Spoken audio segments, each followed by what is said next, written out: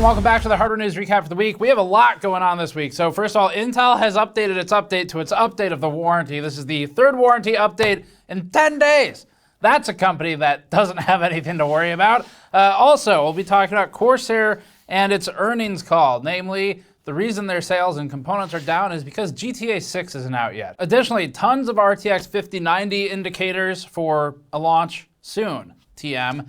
And we'll be talking about Intel's new microcode updates coming out on literally the day that Zen 5 reviews went live. That's interesting. Before that, this video is brought to you by Squarespace, and visiting squarespace.com/gamersnexus will give you 10% off your first purchase with them. We've built a number of our own websites with Squarespace, where we list catastrophic PC hardware failures to inform subscribers of those failures. We also built our store website with Squarespace using its built-in e-commerce tools, and of course, we built a website for our CEO, Snowflake, because she demanded our audience know who really runs the show. Get to the core of your idea and spend less time on web design by signing up at squarespace.com/gamersnexus or click the link below. First up, I'm going to do the quickest possible GN update thing. So we have a huge piece on Zen 5 and actually just CPUs in general, efficiency testing. We did one of these last year, really fun, where we called it FPS per watt, and someone in the comments had pointed out at the time, it's basically just frames per joule, which is a pretty cool metric.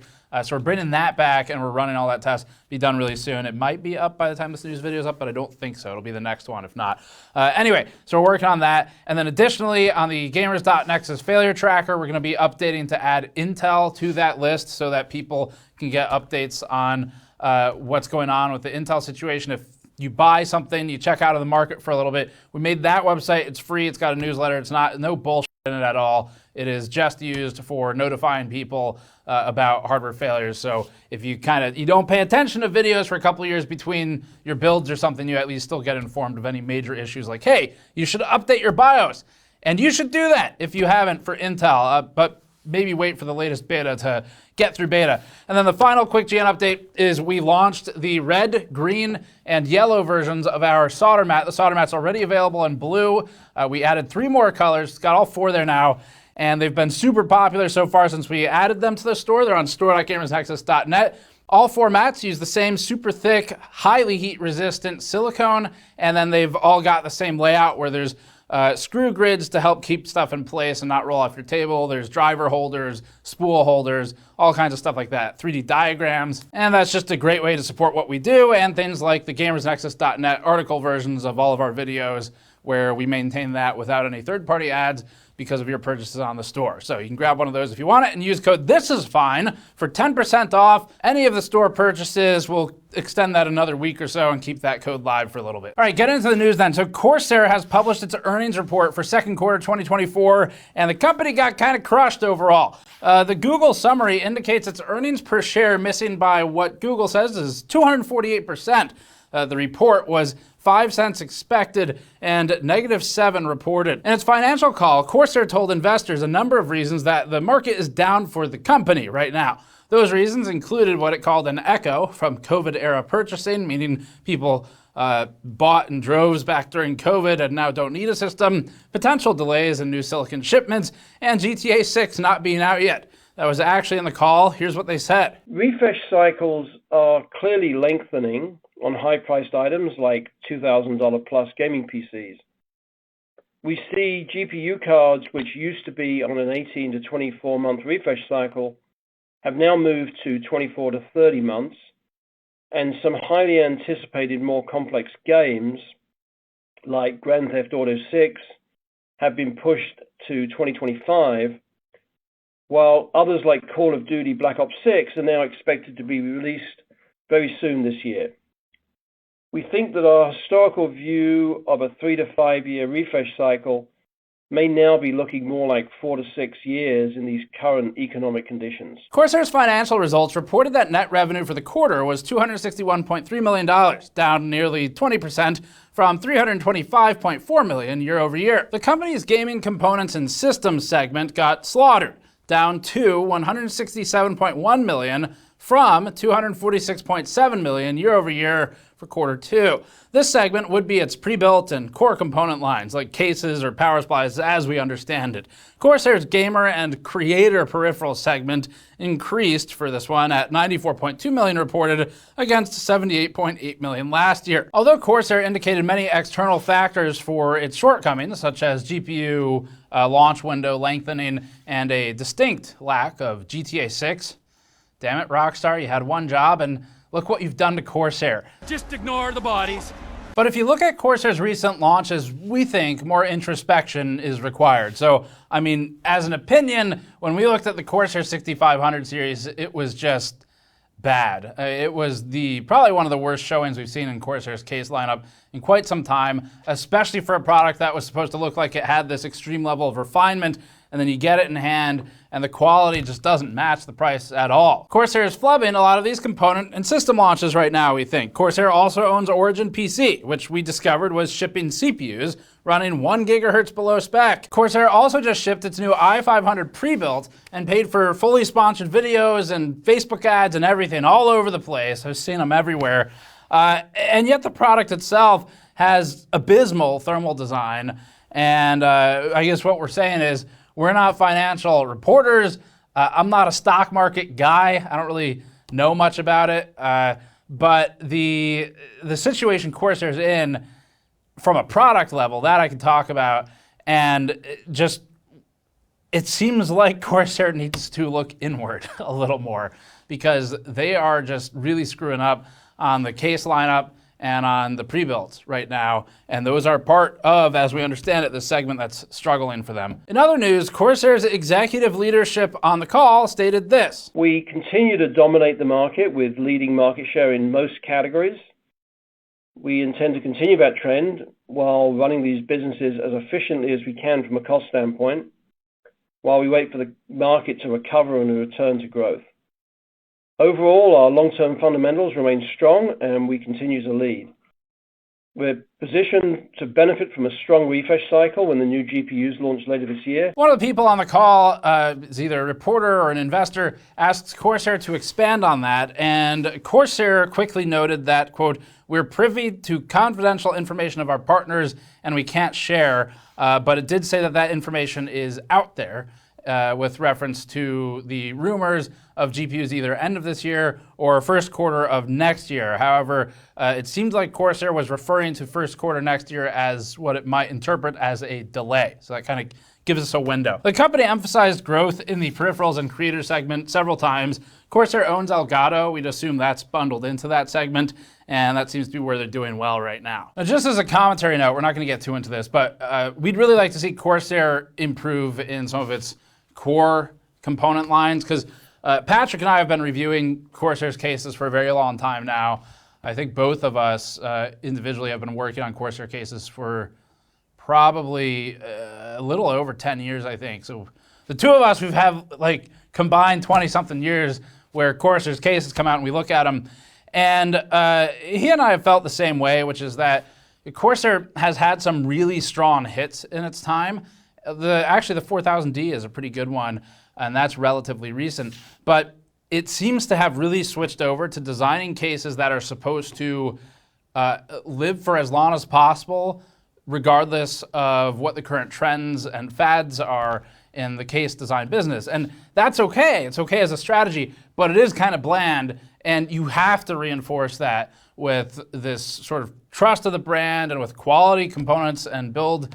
And they just, we thought, failed to do that with the 6500, where it's okay to be a little safe, but if it's a little safe and it's lower quality than things that are the same price or cheaper, that's a problem. So we'd like to see them improve, because it is important that Corsair does better. It is positioned as one of the larger companies in the space. It has a lot of influence in the space, and it has made really good stuff in the past. It's just screwing up a lot lately. And you look at when they went public, and there's some overlap there. So anyway, up next, Intel. Intel has spent the last 5 months or so addressing it's definitely not a problem by addressing it. And the most recent version of that is another post on its community blog, where Intel is now clarifying a clarification of a clarifying statement for its warranty policies. Our video that we published recently talked about this, but the quick recap is that Intel, we noticed, originally told owners of tray CPUs to contact Intel for support.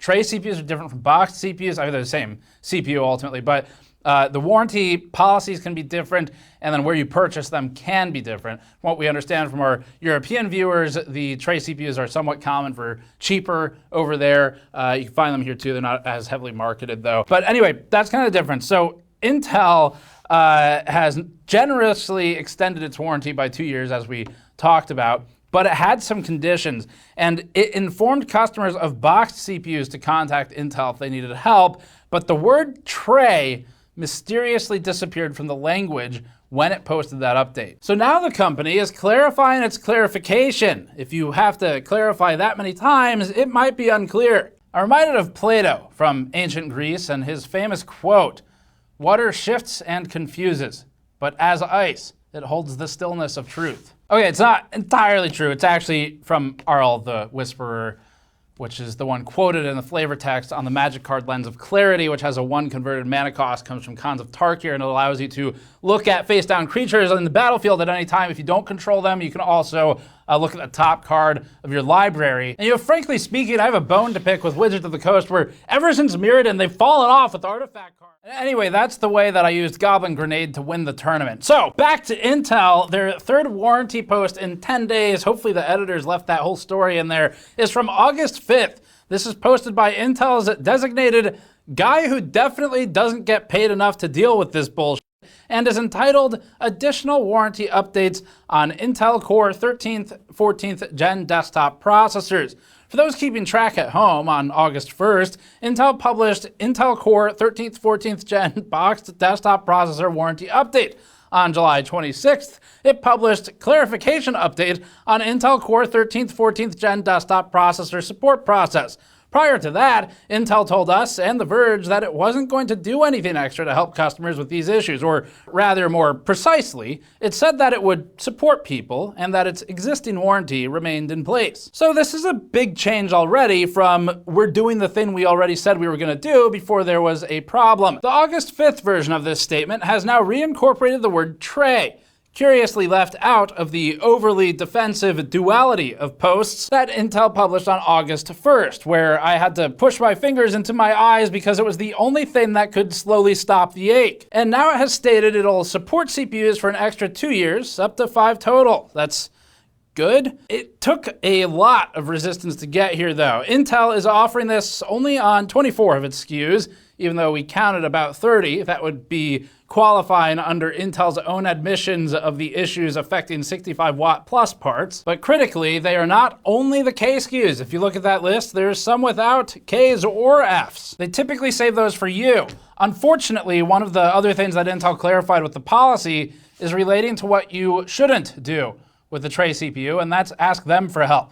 Intel has now clarified in a clearer way to go f yourself if you have a tray CPU. Even though the company originally said you could contact Intel if you have a boxed/tray processor, the company is now saying to contact the source at which you bought it. And again, that's a change from something that was just 10 days prior. This is hugely confusing from Intel. Intel, in our opinions, is once again making reactive changes that maximize the damage control and minimize the responsibility and the commitments, with some of these changes following our call out of Intel's weird phrasing and shady behavior, where it seemed like it was taking press questions and trying to get in front of them publicly without actually answering them to the press. As for the newest update, the fact that the clarification was to, again, push some of the responsibility back onto others is a regression.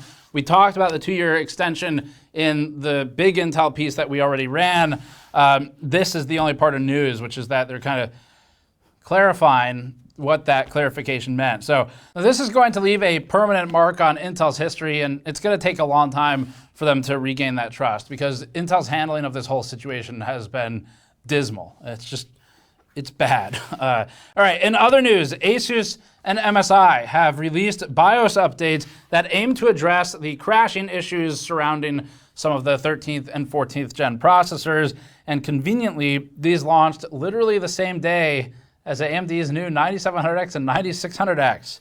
Just enough to get it out the door and make it available to people, but not soon enough to give reviewers time to test it for those reviews. Curious timing aside, you can find ASUS's BIOS updates on its forum, whereas MSI has released BIOS updates that are available on the motherboard respective drivers and downloads pages where it exists. When we tested one of these, we saw that it does carry new microcode. These are beta BIOSes that poses some inherent risk, but they may be worth the risk given that the other risk is potentially damaging to the processor per Intel itself directly. We've been running extensive testing on Intel's microcode dating way back to actually the end of the 12th generation, the start of the 13th generation. We're currently finishing an in-depth Zen 5 efficiency video, but we'll be back to the Intel microcode stuff as soon as that's done. It's possible the Zen 5 efficiency stuff is already up when this news video goes out, but the microcode testing, we've got some really interesting things that we found in there, some bugs in the older microcode, and we'll run that soon. Up next, NVIDIA is folding many features from its long-standing control panel into a beta update of its NVIDIA app,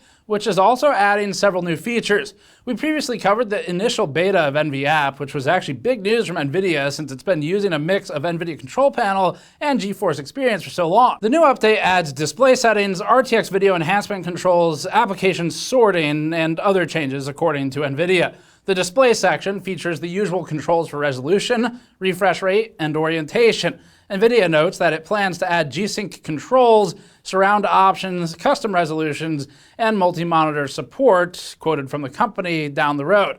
The app introduces a video section, which has RTX video enhancements and RTX video HDR. The company also claims that RTX video HDR can instantly convert SDR videos you'd see in a Chromium-based browser into HDR ones. We haven't tested that yet. The update also adds RTX video super resolution, or VSR, which NVIDIA says uses AI to enhance streaming quality for videos. We've covered this in the past as well, but the concept on this one is actually pretty cool for people who are more bandwidth constrained, as in internet bandwidth.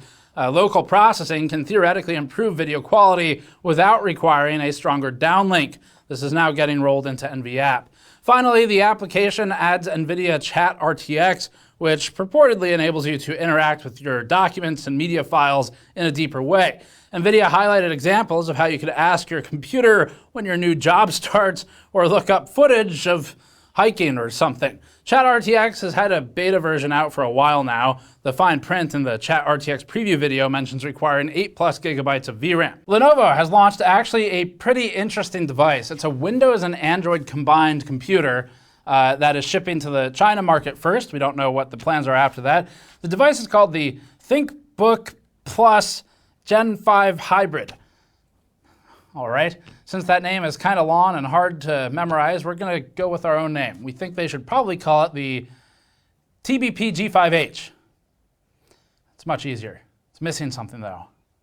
X. Much better. Video Cards reports that the TBP G5H X acts as an Android tablet, but when you plug in the included keyboard, it turns into a Windows laptop, which works that way because the PC is in the keyboard.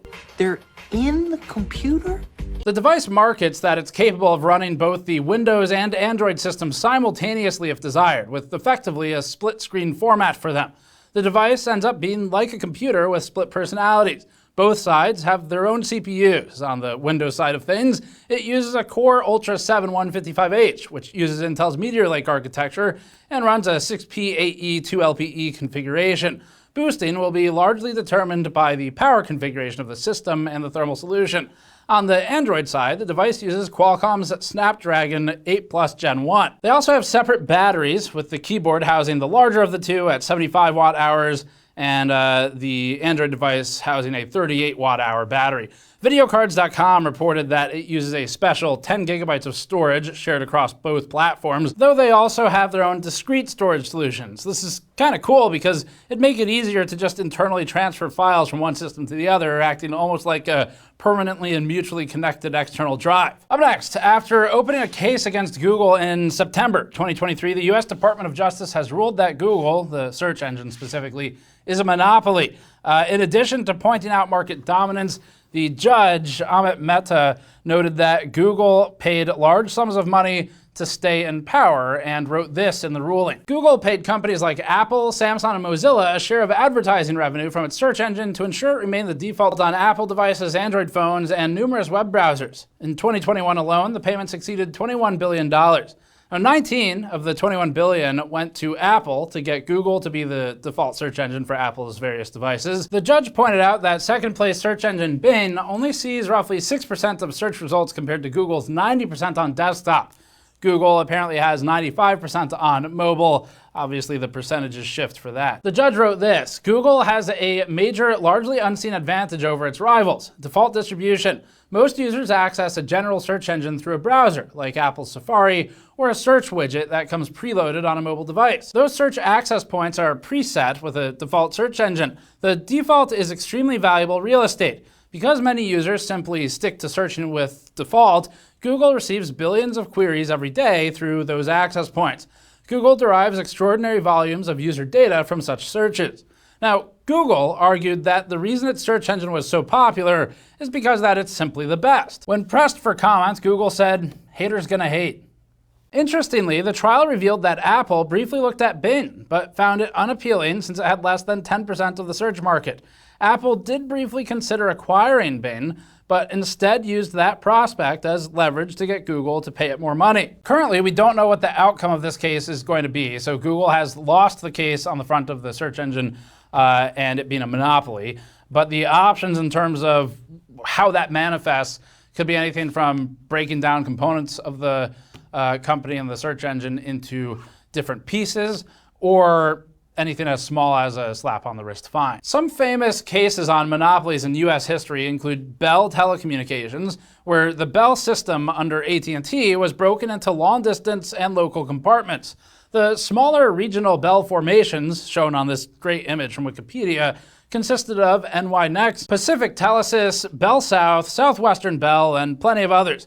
They were also forced to stop using Western Electric supply, and we've actually got an ancient metal Western Electric badge back there. Now, some of the most famous monopolies are taught in schools in the US at least. In the 1800s, Standard Oil held a 90 to 95% control over American oil supply.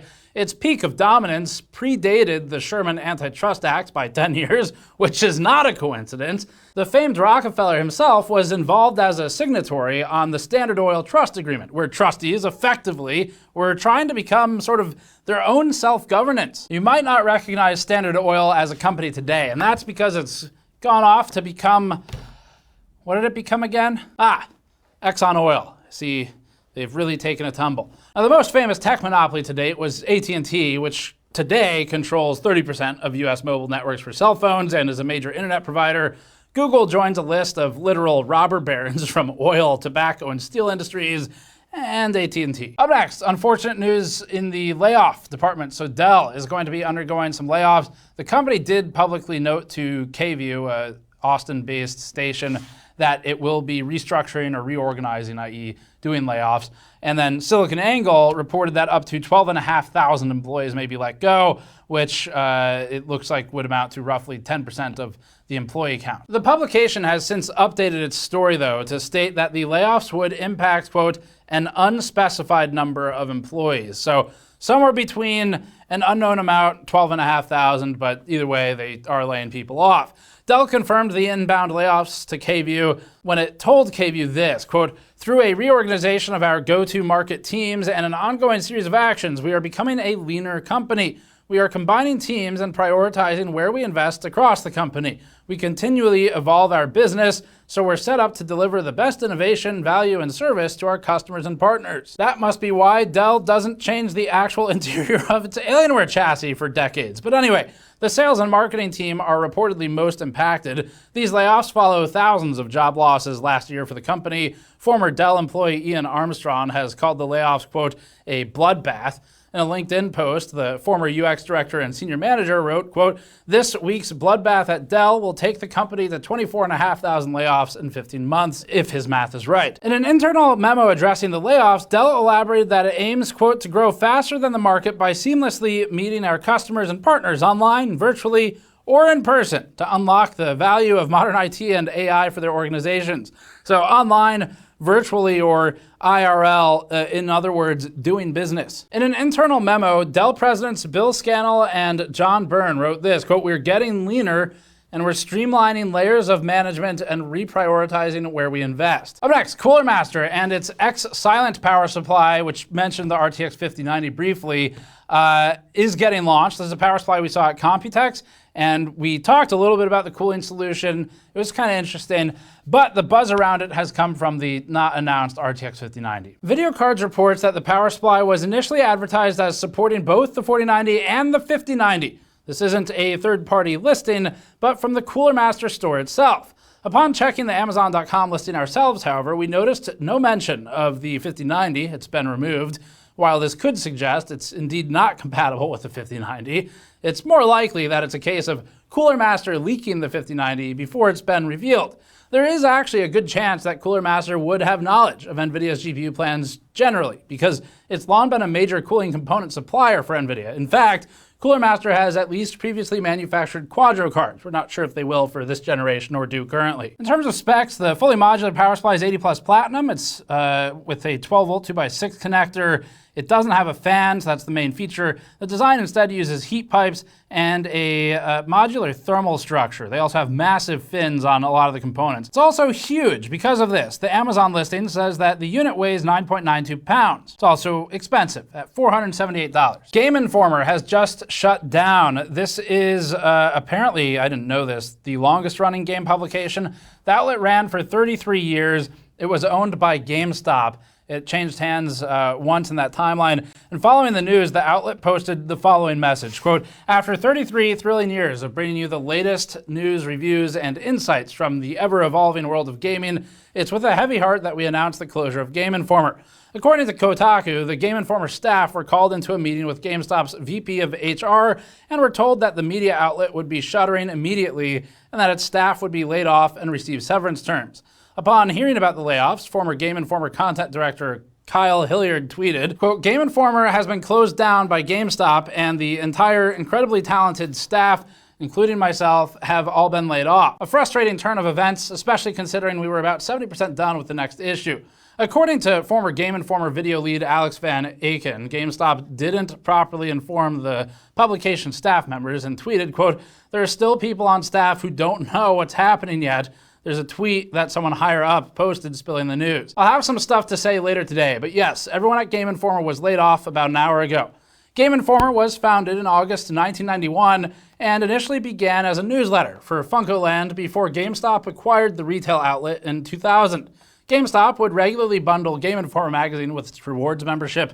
In 2011, it became the third largest magazine in the US, circulating over 8 million copies. Its latest publicly available circulation figures show it had 7.5 million copies in circulation as of 2017. I've heard this story a lot about magazines over the years, especially in this industry. A lot of publications like this, especially the traditional ones, are owned by massive media conglomerates. And it sounds like there's some similar operating procedures for some of them. So as a personal anecdote, many of you know Gordon Mahon from PC World, good friend of mine. We talk pretty regularly, and one of the things we talk about has been his time in the magazine side of the business, where Gordon's been in the industry long enough where he worked for, I think it was Boot, Maximum PC, I think there was one like Computer World or something like that. Computer World, I think was it. And actually, before all that, covered literal crime as part of a reporter job. So he had the police beat for that organization. So Gordon has told me a lot of stories about staff showing up over the years to different magazines or publications and finding out that the locks had been changed and they were without jobs. Apparently, this is how you do things in big media, where these huge conglomerates kind of own everything and just shutter it. Anyway, this seems to be kind of the way things go, and Gordon's stories, he tells me, track with Game Informers. And also, if you want to hear more from Gordon, or you haven't, you're not too familiar with them, we have a lot of videos together. There's a series called "Is Intel Actually Screwed?" And we really need to film another one soon. But you can also check them out on the PC World podcast. Happy to shout them out. All right, that's it for this one. Thanks for watching. As always, subscribe for more. Go to store.gamersnexus.net to grab our new solder mats, and we'll see you all next time.